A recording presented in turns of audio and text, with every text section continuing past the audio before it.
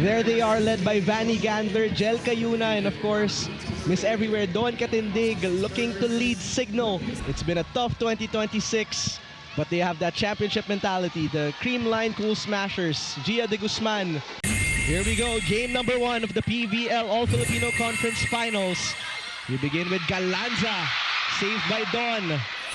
Chance ball agad para sa Creamline. And Galanza will open things up. First point of the match. Gemma up to serve now. They get the first point. They target Tiamzon. Cayuna will send it to Tin. A bump set for Pons. Gandler says, I'm right here. From the opposite side, Santos. Galanza will push it forward. Dawn will play setter. Ibibigay kay Erica. Buhay pa rin ang bola. Jel will go to Doria Aquino using her left hand. That's just the second point of the match, pero ang haba na ng rallies, and we will expect madami pa tayong makikitang ganyan kahaba na rallies. But take a look at this. Medyo hindi ka... This is our first deadlock, or sixth deadlock rather. Gandler slowed down by the blockers. Gia sets up Galanza. Galanza the second time. And it's still in play. Santos will attack. Gia will set. Galanza drop ball. Buhay pa rin. Isa pang chance ball para sa Creamline. Gia. Galanza. What a save by Tiamzon. Santos will attack from the back. Atienza says, I'm right here. Will this rally ever end? Longest of the match, Galanza. And Dawn was right there. What a save. 1-2 play. No floor touch. The ball is still alive. And we couldn't hear the whistle of the referees. But first referee blowing a floor touch. Oh my, that was a very long rally. Credit to the defense of both squads. Take a look what happened there again.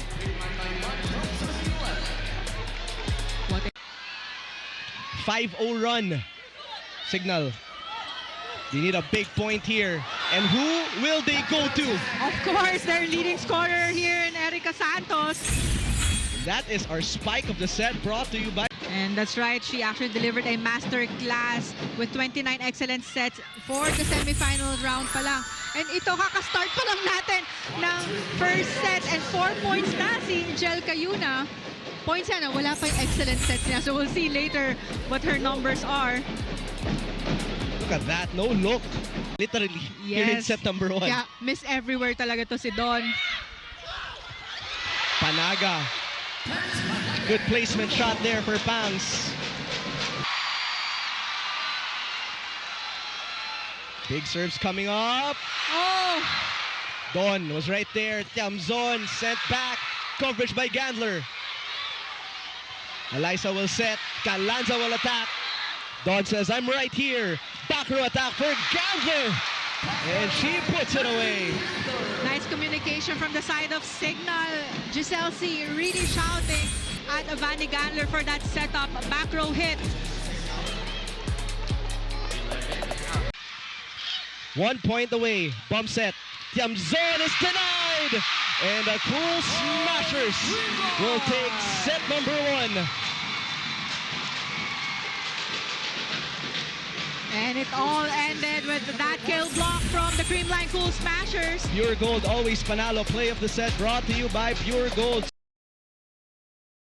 This was another player who looked locked in. Have you seen Vanny Gandler smile in today's game? Parang isang beses pa lang. Parang di ko pa nakikita actually.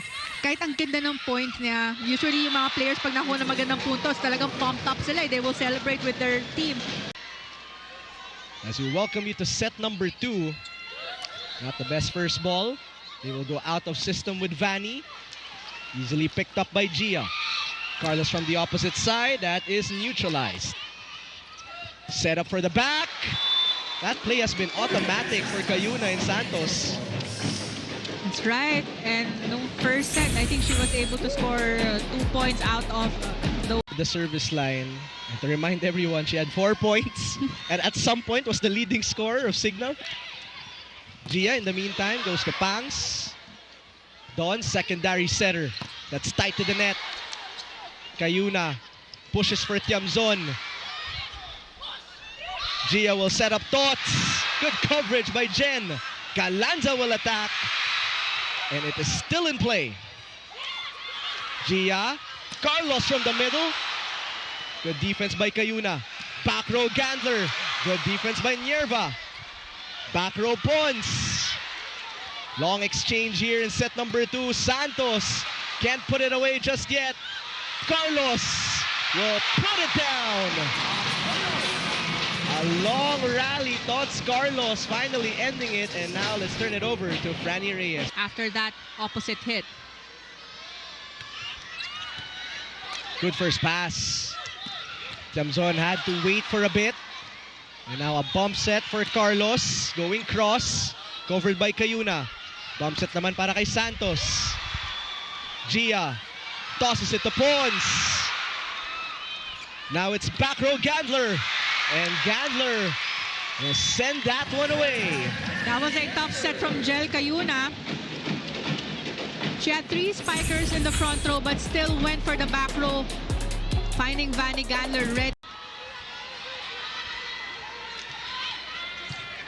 Over ball. That's over. Don saving it. Encarnacion scraping the net. Gia takes a look. Going to Galanza. Good touch there by Santos. Coverage by Gandler. Back row. Pons going to Gemma. Cayuna going to Encarnacion. Gandler from the back row. Pons says, I'm right here. Back row for Pons. Gandler says, I'm right here. Santos na naman. Tots was there. And here comes Galanza. Long exchange. Encarnacion rolls it. Gia bumps it. Pons. This rally will not end. Gia will set up. Galanza, wala pa rin. That's tight to the net. Longest exchange of the match. Galanza, It's no. still alive. Is this it for Santos? No, it isn't. As Creamline will get the point after a long rally. Akala ko match point na eh. And kung gaano rin kadami yung mga long rallies natin for this game. And who else to finish but MV Pons?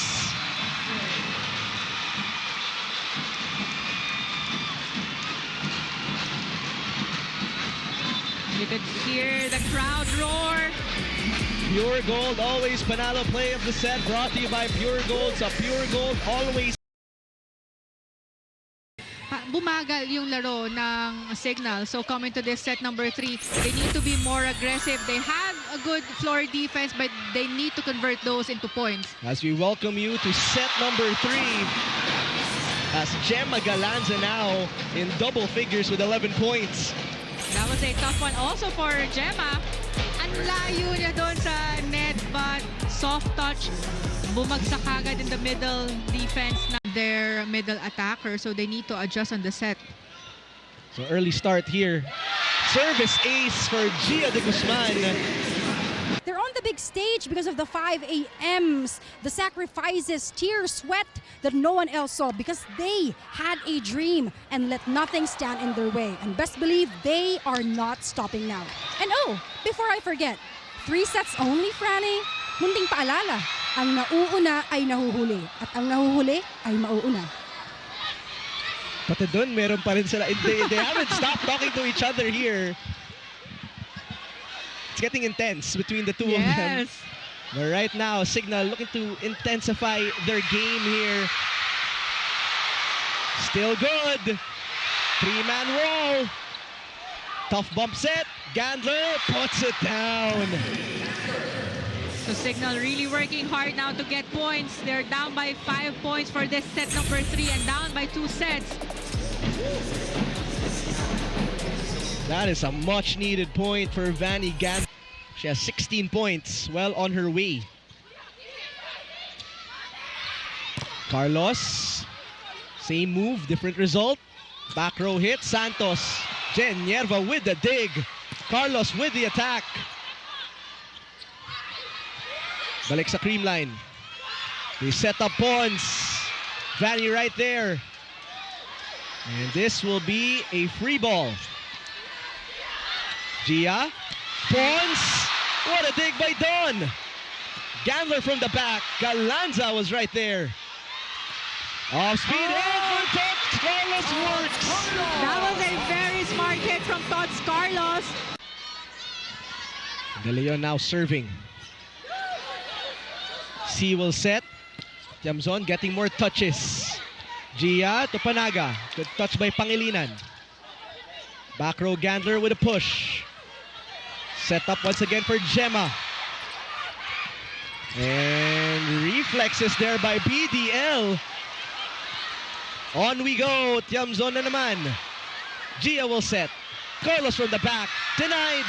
The chase. Look at the hustle by Bea De Leon.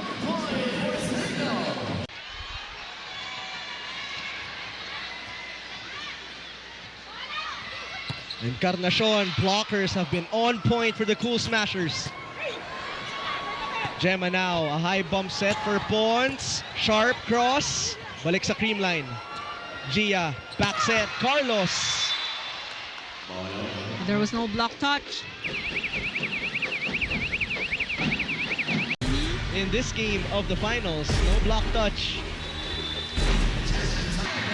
24 serving 16, a point away from taking game number 1. Pump set for Tiamzon. Is this it for Creamline? Galanza!